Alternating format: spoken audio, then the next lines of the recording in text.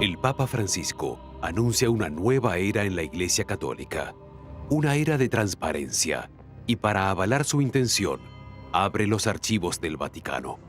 Pueden arrojar luz sobre uno de los papas más controvertidos de la historia, Pío XII.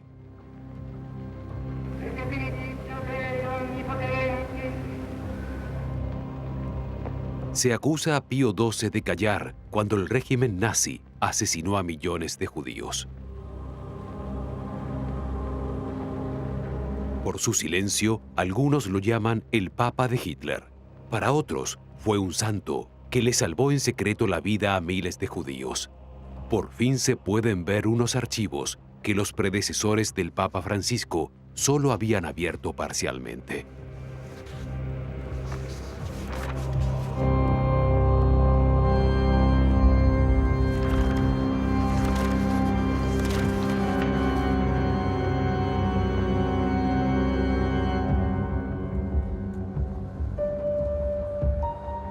Roma, 2 de marzo de 2020. A partir de hoy se pueden consultar los documentos de la época de Pío XII.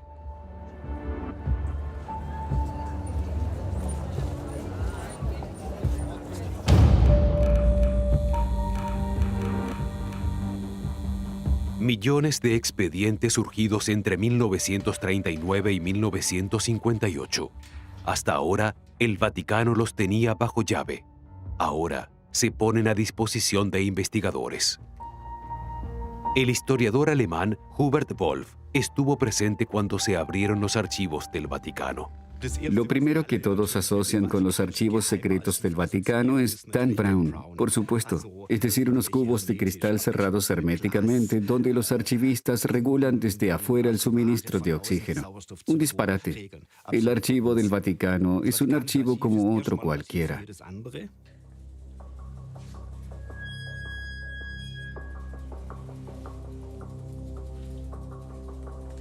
Aunque consultamos periódicamente los archivos del Vaticano desde hace 20 años, fue, por supuesto, algo especial. Hay muchas interrogantes. ¿Qué sabía el Papa sobre el asesinato de judíos? ¿Cuándo? ¿Quién le informó? ¿Creyó lo que le dijeron? El Papa Francisco había anunciado la apertura de los archivos un año antes. La Chiesa non ha paura della storia, anzi la ama e vorrebbe amarla di più e meglio come l'ama Dio. Quindi, con la stessa fiducia dei miei predecessori, apro e affido ai ricercatori questo patrimonio documentario.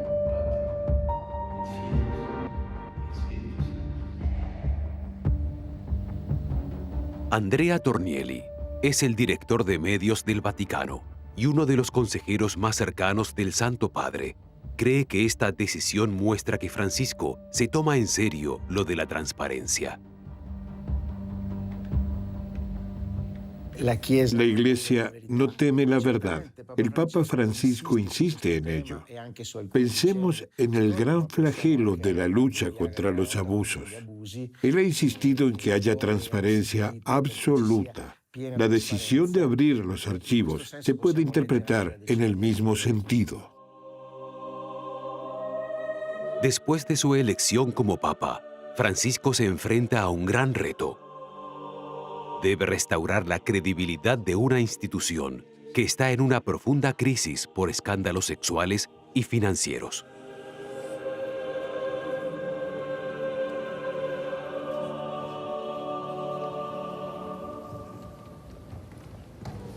El Papa Francisco decidió que los secretos deben ser cosa del pasado, aunque salgan a la luz verdades incómodas.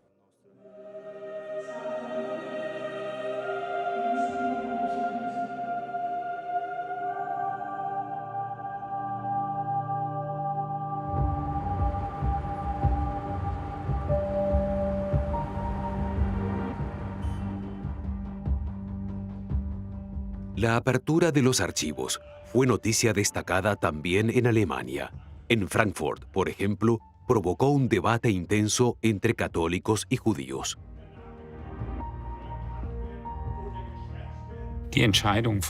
La decisión del Papa Francisco de abrir el denominado archivo secreto del Papa Pío XII seguramente es un gesto para generar confianza.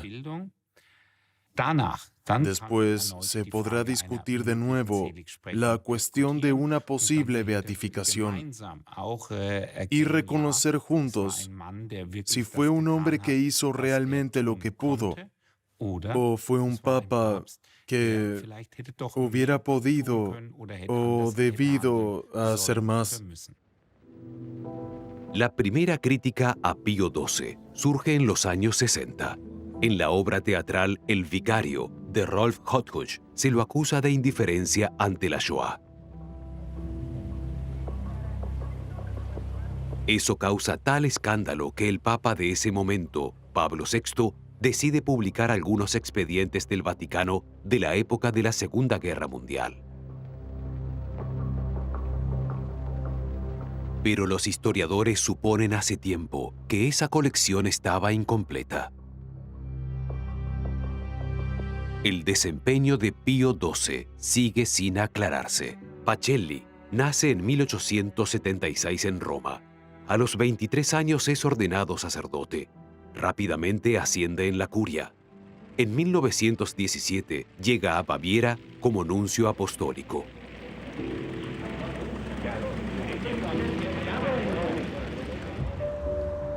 El historiador eclesiástico Stefan Samersky estudió la correspondencia entre el Vaticano y sus nuncios en Alemania. Muchas de esas cartas fueron escritas por Eugenio Pacelli, más tarde Pío XII.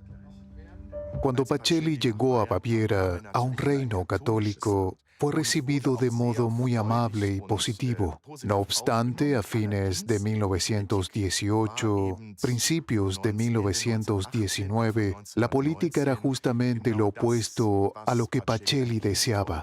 En 1918 termina la Primera Guerra Mundial. El Imperio alemán se desmorona. En el caos posterior, los socialistas desencadenan una revolución. En Múnich, donde Pacelli está destinado como nuncio papal, se proclama la República de los Consejos de Baviera, una experiencia que lo marca. Representantes de la República Consejista de Baviera lo atacan directamente en Múnich. Llegan a la nunciatura y quieren confiscar su auto.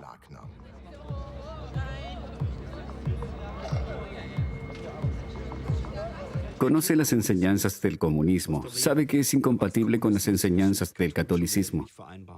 Pero conoce el comunismo sobre todo por esa experiencia en Múnich. Me pusieron la pistola en la cabeza, diría. Mi vida estaba en peligro. Causaron un caos total.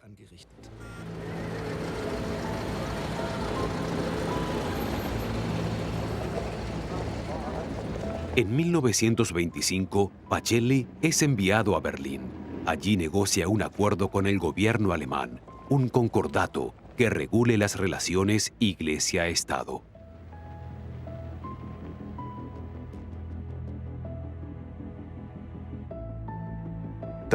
El sistema político era totalmente nuevo. Antes fue una monarquía, ahora una república.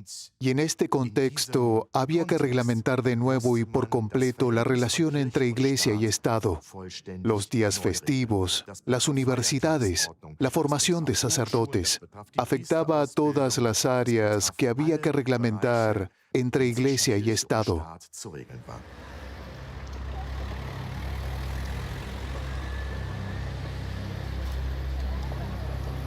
El padre Gumpel probablemente sea una de las últimas personas aún con vida que conoció a Pacelli en Alemania. Vi al futuro Papa Pío XII cuando yo aún era muy pequeño, a los 6, 7 años de edad. Intercambió algunas palabras conmigo. Después lo conocí más y me di cuenta de que emanaba un aura de espiritualidad que no había visto nunca de esa forma en otras personas. También tuve trato con papas posteriores, audiencias privadas con Pablo VI, Juan Pablo II, Juan XXIII, etc. Todos eran grandes personas, personalidades importantes y buenas, pero honestamente, ninguno me impresionó tanto como Pío XII. El padre Gumpel intercedió por la beatificación de Pío XII. En el marco de ese procedimiento pudo examinar antes que nadie los documentos del archivo secreto. Durante la Segunda Guerra Mundial, a veces llegaban al Vaticano miles de cartas. Se intentaban responder lo mejor que se podía.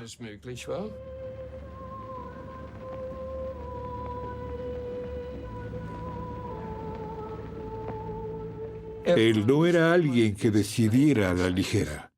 Antes de tomar una decisión, siempre evaluaba la cuestión desde todos los ángulos para no cometer un error. Era muy cauto y eso era lo correcto. Está bien. El proceso de beatificación que se inició en 1965 está avanzado. Para terminarlo solo falta la prueba de una curación milagrosa, tal como lo exigen las reglas del procedimiento. Mientras tanto, el Papa Francisco ha decidido suspender la beatificación por ahora. La causa di Pio XII è aperta. Io mi sono informato e ancora non c'è nessun miracolo. Mentre non ci siano i miracoli non può andare avanti, no? È ferma lì, no?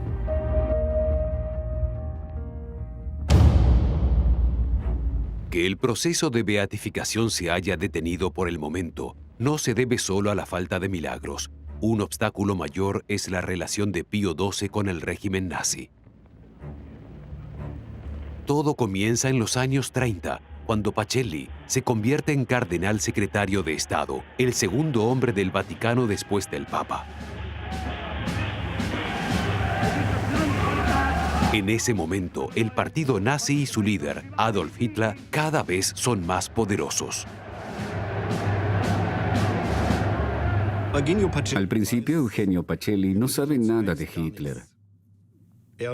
Incluso le escribe a su par, el nuncio en Viena, para que le brinde información sobre un tal Hitler. Nunca se encuentra personalmente con Hitler. En esa época, no ve a Hitler como un grave peligro.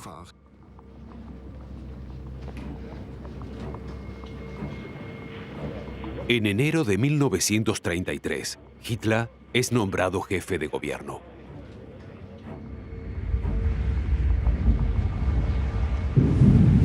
Un mes más tarde, tras el incendio del Reichstag, comienza la persecución de los judíos alemanes. En abril, una mujer judía llamada Edith Stein le escribe al Papa una carta que los historiadores encontraron hace unos años en los archivos del Vaticano. Edith Stein, una mujer judía de sólida formación filosófica, recurre al Papa con un pedido urgente: interceder de forma clara y pública a favor de los judíos perseguidos. Hay que recordar que Edith Stein era una judía convertida al catolicismo. Y sabemos, por las notas de las audiencias de Pacelli, que esa carta de Edith Stein llegó a sus manos.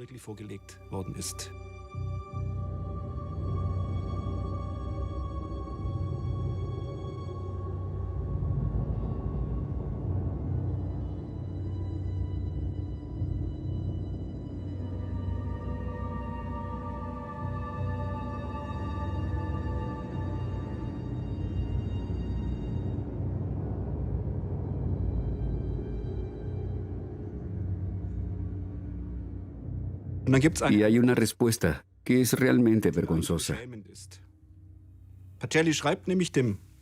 Pacelli le escribe al abad primado que la carta fue debidamente presentada al Santo Padre, que reza por la valentía y concede la bendición papal.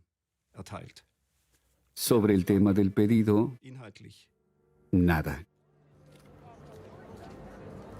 En la École Française de Roma, nos encontramos con una historiadora experta en las relaciones entre católicos y judíos, Nina Balbusquet. El objetivo primordial de Pacelli era proteger a los católicos en la Alemania nazi. Para el Vaticano, Los problemas de los judíos eran secundarios. La comunidad judía recibe al Papa Francisco con los brazos abiertos. Al igual que otros papas antes que él, Francisco ve a los judíos como hermanos mayores. Da nemici ed estranei siamo diventati amici e fratelli. Sì alla riscoperta delle radici ebraiche del cristianesimo, non ad ogni forma di antisemitismo.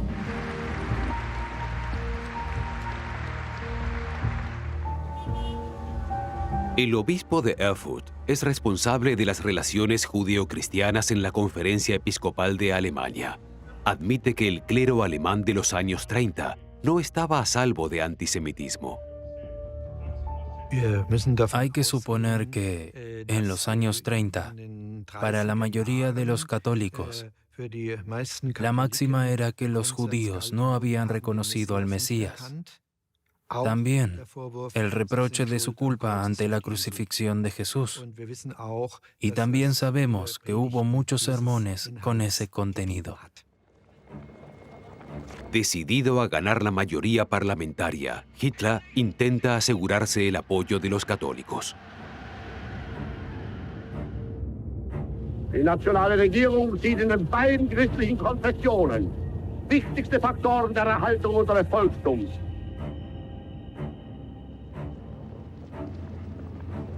Al poco tiempo, Hitler le ofrece al Vaticano el acuerdo por el que Pacelli había trabajado, el Concordato.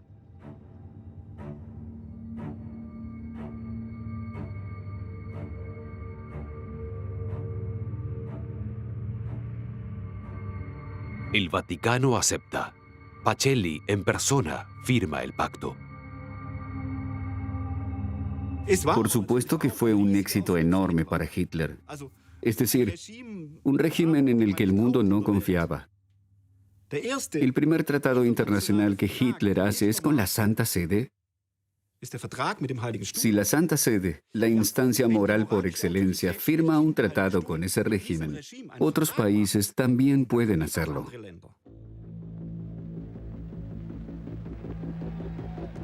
Ya en 1929, 4 años antes del concordato con Hitler, la Santa Sede había firmado un tratado similar con el dictador italiano Benito Mussolini.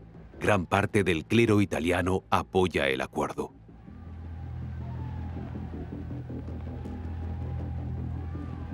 Las relaciones entre la Santa Sede y los regímenes fascistas es el campo de investigación del profesor Napolitano, experto en relaciones diplomáticas del Vaticano. La mayoría del clero italiano se adhirió al régimen fascista. Muchos sacerdotes habían luchado por su país cuando eran jóvenes. Eran excombatientes y se sentían muy patriotas. En esa época, muchos clérigos católicos consideran el fascismo como el mal menor. Su verdadero enemigo es el comunismo, una ideología atea que pretende destruir el sistema social sobre el que la Iglesia se apoya desde hace siglos.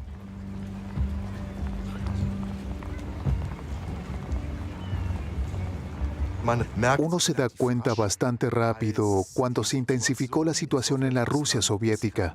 Empezaron a perseguir a la iglesia. No solo la iglesia ortodoxa fue perseguida. Arrestaban a sacerdotes y popes, cerraban iglesias, acosaban a los creyentes, confiscaban los bienes eclesiásticos. También le ocurrió a la iglesia católica.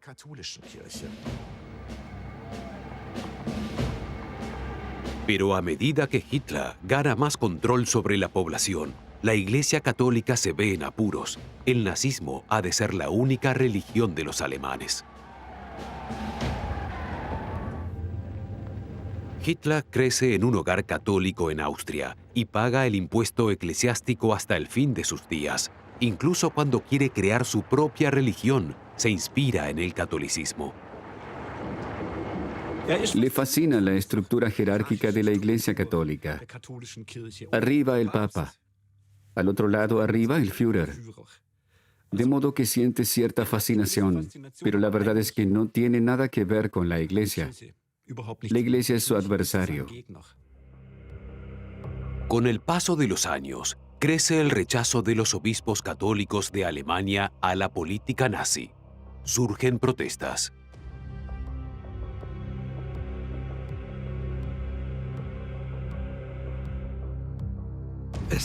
Hubo un claro rechazo al nacionalsocialismo.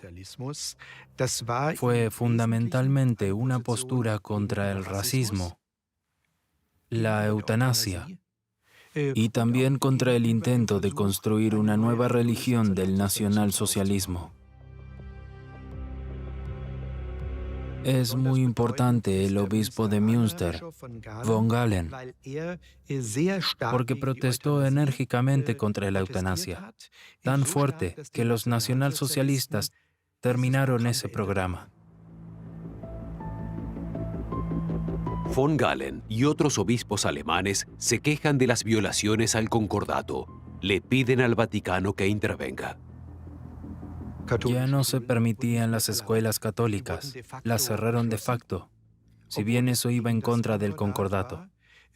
No había más capellanes en las prisiones. Siguió habiendo en las Fuerzas Armadas.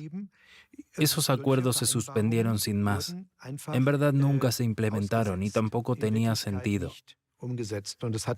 No tuvo éxito ampararse en los acuerdos del concordato.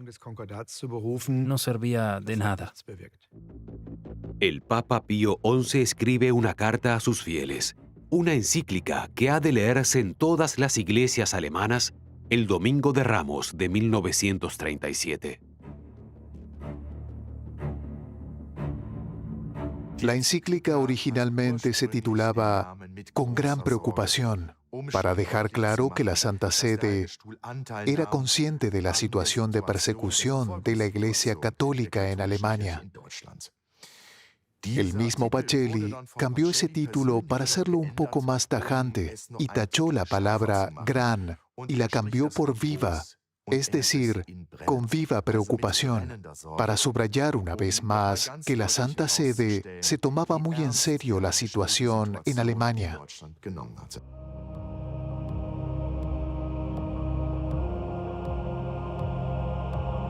Los nazis se enfurecieron. Recién se enteraron después de la lectura del texto en todos los púlpitos de las iglesias alemanas a las 9 de la mañana. Pero esta encíclica no tuvo continuidad.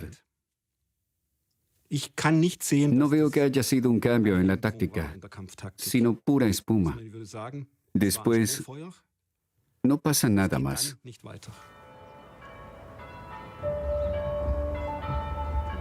Efectivamente, Pío XI redacta una carta a los católicos condenando las políticas antisemitas de Hitler y Mussolini. Pero esa nueva encíclica nunca se publica. Ahora los historiadores buscan el motivo en los archivos.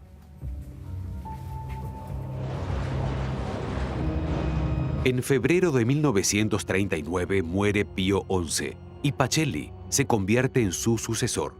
Decide adoptar el nombre Pío XII para mostrar la continuidad de su predecesor.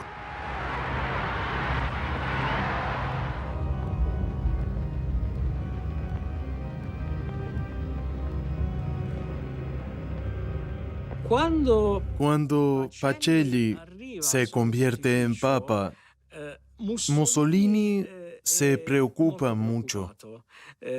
Su yerno, Galeazzo Ciano, lo atestigua. Interesante es la reacción de Alemania, que no está menos preocupada. Del lado alemán, un silencio gélido para manifestar: no eres nuestro papa. No estamos precisamente contentos de que justo tú te hayas convertido en papa. Pío XII lleva solo 6 meses de papa cuando Hitler invade Polonia. Se desata la Segunda Guerra Mundial. La actitud de Pío XII es la misma que la Santa Sede adopta siempre en los conflictos: neutralidad, diplomacia, ayuda a las víctimas.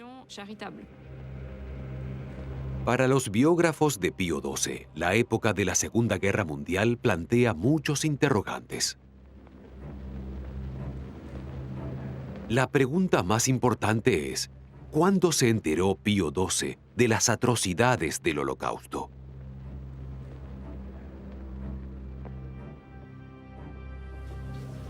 El profesor Wolf y su equipo investigan esta cuestión durante una semana en marzo de 2020. Después se desata la crisis del coronavirus y hay que interrumpir la investigación. Pero ya en esa semana encuentran documentos con claros indicios. En el verano de 1942, el presidente estadounidense Roosevelt recibe una carta de un grupo judío que relata el exterminio de los judíos en Polonia y Ucrania.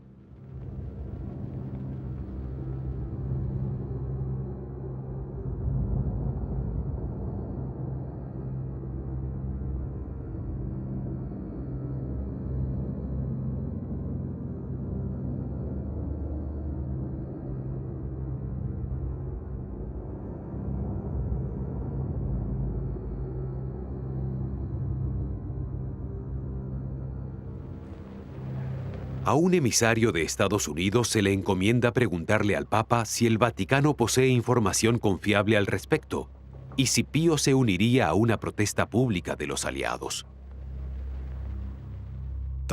Efectivamente, la Santa Sede tiene dos informaciones. La primera es de Conte Malvezzi, que estaba en Ucrania. Regresa y le cuenta a Montini, el posterior Papa Pablo VI, los horrores que vio, lo que los alemanes les hacen a los judíos. Y tienen otra voz aún más importante, de un arzobispo católico oriental, un metropolitano de Leópolis, que confirma exactamente lo que dice la organización judía. De modo que en verdad pueden decir, sí, podemos confirmar lo que mencionas, pero no lo hacen, sino que dicen, sí, nosotros también lo escuchamos, pero no podemos establecer la veracidad de esas afirmaciones. Pero, ¿por qué esa respuesta? El eslabón que faltaba es un documento recién encontrado. Lo firmó un consejero cercano del Papa, Monseñor Angelo Dell'Acqua. Dell'Acqua nota: el pedido de los estadounidenses es central, si la información es correcta. Después viene una oración terrible. Se puede creer a los judíos, siempre exageran. Y después viene la recomendación de ser políticamente cautos, porque si hablamos, tomamos partido, pero debemos ser imparciales. Este documento es un primer indicio sobre el silencio de Pío XII y sobre por qué no se unió a las protestas de los aliados contra el exterminio de los judíos. Claro que este documento por sí solo no responde de modo fiable a la pregunta de lo que hizo el Papa, ni por qué lo hizo, ya que necesitamos una revisión exhaustiva de todo el material para poder emitir un juicio global. Cualquier otra cosa no sería seria, pero que después de solo una semana hayamos encontrado un aspecto tan central, significa que hay que mirar meticulosamente todas las fuentes. Pero con este documento, algo es más plausible. Nos muestra que el Papa estaba informado en el otoño de 1942 sobre la verdadera dimensión del Holocausto. Nos muestra que sabía de esa petición de los americanos para confirmar las cifras. No lo hizo, aunque tenía sus propias fuentes. Y esas fuentes no fueron consideradas veraces por el Papa y el cardenal secretario de Estado, probablemente porque Dalacqua las ridiculizó. Pío rompe su silencio recién en el discurso de Navidad de 1942. Condena la persecución a cualquier comunidad determinada, pero sin mencionar explícitamente a los judíos. Questo voto l'umanità lo deve alle centinaia di migliaia di persone, le quali senza veruna colpa propria, talora solo per ragioni di nazionalità o di stirpe, sono destinate alla morte o ad un progresivo deperimento. Pío XII menciona a los que padecen, los perseguidos y los que sufren en la guerra por su nacionalidad, religión u origen. Usa la palabra italiana estirpe, que no significa raza, sino que describe una línea de antepasados. De modo que se usa términos muy generales, sin referirse a los judíos en particular. Pero el Santo Padre recibe cartas de judíos desde el comienzo de la guerra, con pedidos de ayuda de diferentes países. Todos describen las mismas atrocidades.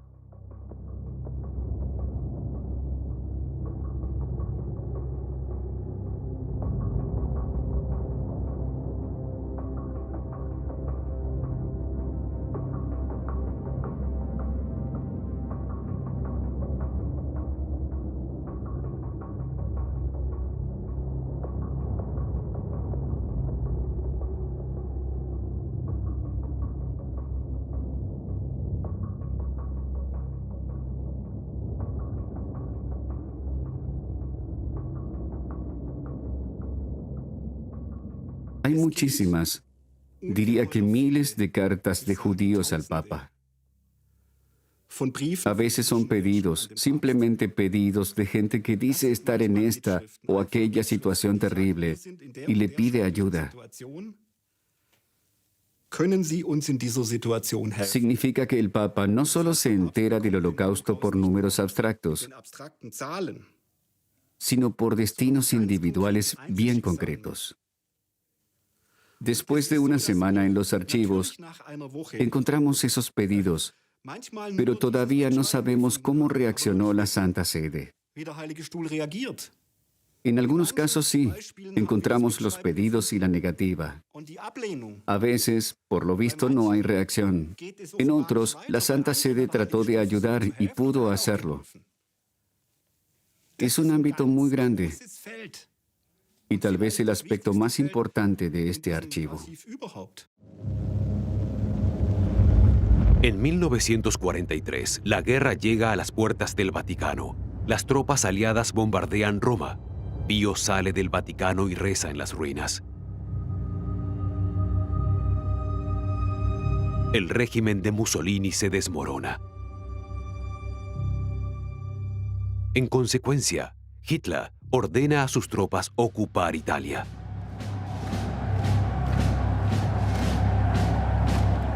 Las SS llegan hasta la Plaza de San Pedro.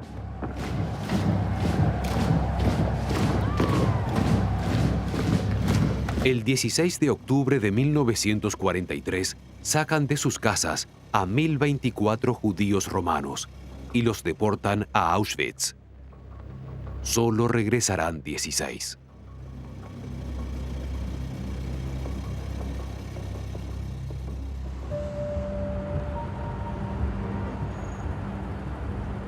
Ahora que los archivos se abrieron, se puede esclarecer qué hizo el Papa para proteger a los judíos y qué no. Por tradición, el Papa siempre protegió a los judíos de Roma. Pero durante la deportación del 16 de octubre de 1943, el Papa no pronunció una sola palabra de protesta. No intervino para detener la deportación.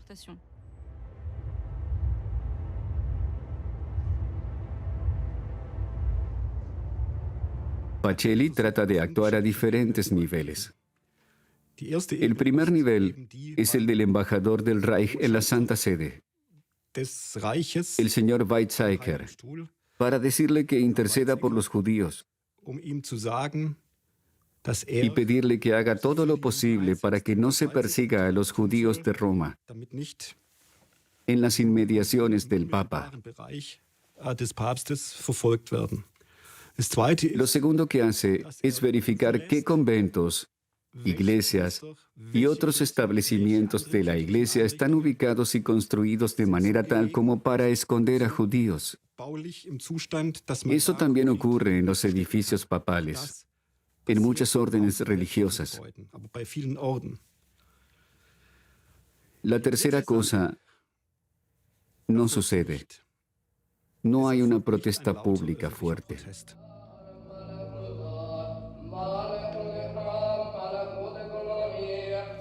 Es importante saber que en Roma había unos 10.000 judíos antes de octubre de 1943. De ellos, sabemos que el 20% es acogido en inmuebles del Vaticano. Por ejemplo, en la residencia de verano del Papa en Castel Gandolfo. Eso nos dicen los documentos del Vaticano. Esos documentos, que se conservan en el Memorial Yad Vashem de Israel, prueban que durante la ocupación nazi de Roma, la Santa Sede y otros establecimientos eclesiásticos acogieron a 4.715 judíos.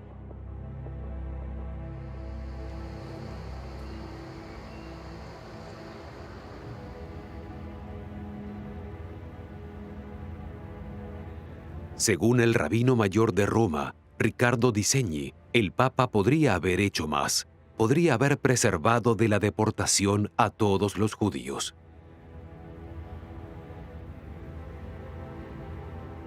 Había una especie de acuerdo tácito, implícito, de que los alemanes no habrían hecho nada, pero se hizo la vista gorda con lo que estaba pasando. Lamentablemente, esta es la realidad y miles de personas inocentes fueron a parar a Auschwitz. El Papa tiene muchas posibilidades de hacerse oír. Si hubiera dicho que no se puede tocar a los judíos, habría sido suficiente o habría desatado una crisis. Hay que tener en cuenta la posición que tenía esta persona. Cuando una persona es la autoridad moral de una comunidad, debe comportarse como tal. ¿Se comportó moralmente? Esa es la pregunta que debemos responder. Otros representantes de la Iglesia sí alzaron su voz. Por ejemplo, el arzobispo de Toulouse, Monseñor Saliège, que denunció públicamente las deportaciones en el verano de 1942. Y así las retardó notablemente. Así que hay un ejemplo. Cuando un representante de la Iglesia denunciaba pública y expresamente el antisemitismo y las deportaciones, tenía efecto. Atrapado en el dilema entre silencio y denuncia pública, Pío opta por la diplomacia. Quiere actuar en silencio. Esta actitud de Pío XII a lo mejor se debe a lo ocurrido en los Países Bajos en 1942. Allí, la protesta de los obispos generó más deportaciones. Entre las víctimas estaba la monja Edith Stein, la judía convertida que en 1933 había recurrido en vano al Papa. En 1998, Juan Pablo II la canoniza.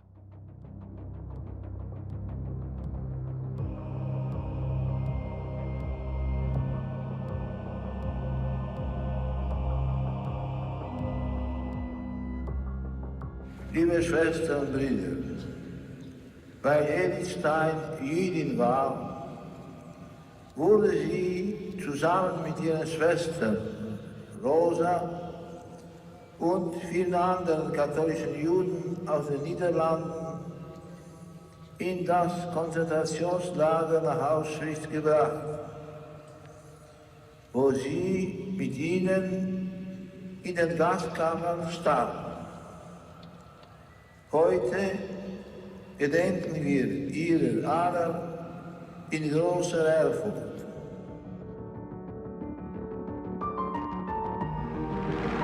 En 1944, los aliados entran en Roma. Pío XII celebra el fin de la ocupación. Un año después, llegan a la opinión pública las primeras imágenes de los campos de exterminio. Pero Pío calla también ahora sobre el Holocausto. ¿Por qué? Los archivos del Vaticano también podrían arrojar luz sobre eso.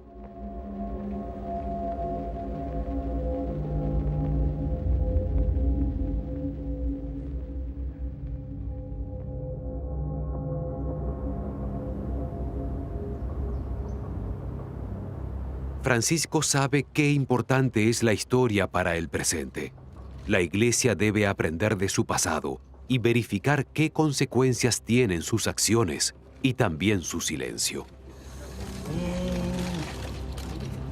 Se trata de marcar posturas y también decir qué es incompatible con las posturas cristianas. Es importante defender en serio los valores que cohesionan nuestra sociedad y procurar que la mayoría no se quede callada. En los próximos años, la labor de los historiadores mostrará una imagen más clara de Pío XII. Sea cual sea el resultado, no hay alternativa a la transparencia.